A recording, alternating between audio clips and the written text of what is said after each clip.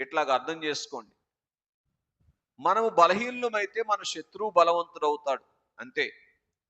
కొత్తగా అపవాదికొచ్చిన బలమేమి లేదు గాని, మన బలహీనతే అపవాది యొక్క బలం.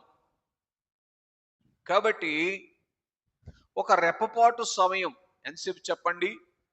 ఒక రెప్పపాటు సమయము ఏదెను తోటలో ఉన్నటువంటి మానవుడు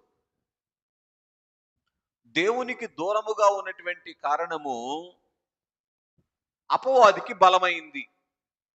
ఏంటండి? అపవాదికి ఏంటి బలం?